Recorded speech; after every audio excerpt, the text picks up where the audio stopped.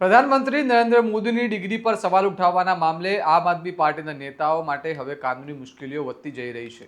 ગુજરાત હાઈકોર્ટે આ મુદ્દે અરવિંદ કેજરીવાલ અને સંજય સિંહને ફટકાર લગાવી છે અને બંને સામે માનહાનિનો કેસ ચાલશે તેવું સ્પષ્ટ કરી દીધું છે. ખાસ કરીને સંજય સિંહ દ્વારા કેસ અલગ ચલાવવાની કરાયેલી માંગણીને પણ હાઈકોર્ટે ફગાવી દેતા હવે બંને નેતાઓ એક જ કેસમાં સુનાવણીનો સામનો કરશે. આવા વિગતે વાત કરીએ સમગ્ર મામલા વિશે આ અહેવાલમાં. નમસ્કાર, હું ચિરાગ વર્ષાબેન, આપ જોઈ રહ્યા છો શુભમાન. આ સમગ્ર મામલો 2023નો છે, જ્યારે દિલ્હીમાં યોજાયેલી એક પ્રેસ કોન્ફરન્સ દરમિયાન આમ આદમી પાર્ટીના સુપ્રીમો અરવિંદ કેજરીવાલે પ્રધાનમંત્રી નરેન્દ્ર મોદીની શૈક્ષણિક ડિગ્રી પર જાહેરમાં સવાલ ઉઠાવ્યા હતા. આ સાથે તેમણે ગુજરાત યુનિવર્સિટી અંગે પર ટિપ્પણી કરી હતી.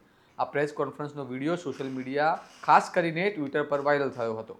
ત્યારબાદ ગુજરાત યુનિવર્સિટીએ આ નિવેદનોને પોતાની પ્રતિષ્ઠાને ઠેસ પહોંચાડનાર ગણાવી અરવિંદ કેજરીવાલ અને સંજય સિંહ સામે માનહાનિનો કેસ દાખલ કર્યો હતો.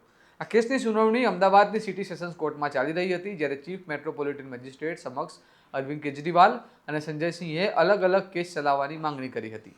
તેમની દલીલ હતી કે બંને નેતાઓ નિવેદનો અને ભૂમિકાઓ અલગ અલગ હોવાથી એક જ કેસમાં સુનાવણી કરવી ન્યાયસંગત નહીં ગણાય. જોકે સેશન કોર્ટે આ અરજી ફગાવી દીધી હતી. આ પછી બંને નેતાઓ ગુજરાત હાઈકોર્ટમાં પહોંચ્યા હતા. ગુજરાત હાઈકોર્ટે આજે આ મામલે ચુકાદો આપતા સ્પષ્ટ કર્યું છે કે સેશન કોર્ટનો નિર્ણય યોગ્ય છે અને અરવિંદ કેજરીવાલ તથા સંજય સિંહ સામે માનહાનિનો કેસ એક જ સાથે ચાલશે. હાઈકોર્ટે સંજય સિંહ દ્વારા કરવામાં આવેલી અલગ સુનાવણીનો અરજીને પણ અસ્વીકાર કરી છે. સાથે જ કોર્ટ તરફથી બંને નેતાઓ તેમની જવાબદારી અને જાહેર નિવેદનો બાબતે ટિપ્પણી કરવામાં આવી હોવાની માહિતી સામે આવી છે. હવે આ કેસની નિયમિત સુનાવણી આગળ વધશે અને બંને નેતાઓને કાનૂની પ્રક્રિયાનો સામનો કરવો પડશે.